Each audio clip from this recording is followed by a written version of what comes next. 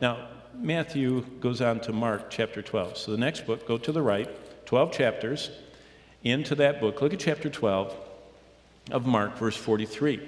And this is fascinating. This is now Jesus with his disciples. They parked by the treasury. That's where everybody gave. They didn't take collections in the service. They had this big receptacle. In fact, Josephus tells us they were big like cornucopia, horns. They were brass, and they looked like a big funnel. And they went into this treasury of the temple. And all the people would go on pilgrimages, and they would come up, and they would bring sometimes literally wheelbarrows full of money. And they would park their wheelbarrow, and they would start shoveling, or they would hire someone to shovel into a metal container, a funnel, all this metal coinage, and it would just make, there are accounts of how much money and how much sound and all this. And so Jesus parked his disciples, and he was sitting there watching, and he told about how some blew horns so that nobody would miss their giving, and they did all that. And then the crowd left, and this little quiet older woman comes up with her hand, and she just, as if it would make any sound, she sticks her hand in, opens it, and scurries off. And Jesus, who knows all things, tells us she put in 2 leptons, the Greek word lepton, which was a tiny, tiny, like a fish scale almost, kind of coin. It was the very smallest coin of the ancient world. And she had 2 of them. Widow's mites. Look what Jesus says in verse 43. He said, your giving must be proportionate to gain my favor.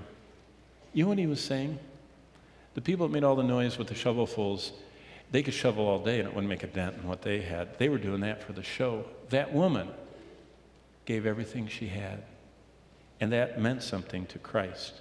He said, to gain my favor, your giving has to be proportionate. Verse 43, so he called his disciples to himself and said to them, assuredly, I say to you that this poor widow has put in more than all those who have given to the treasury. Now, that statement could even be not just that day's, more than, it actually says all who have given.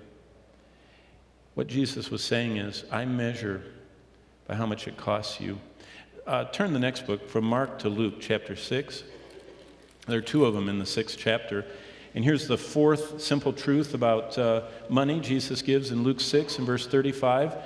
Jesus said, selfishness ruins giving. Now, it's a negative example.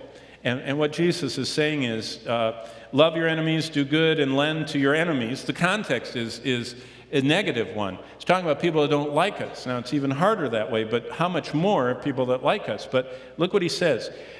Love your enemies, do good, and lend, hoping for nothing in return. Jesus said, selfishness ruins giving.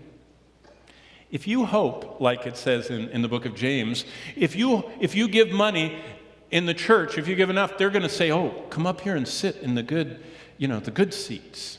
I can imagine this. I've pastored enough years. I've listened to, the people that work the doors enough times. I've heard them. They said, did you see the car they drove in?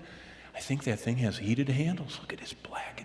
That's a big, whoa, wonder where they're going to sit, And we all are impressed by wealth.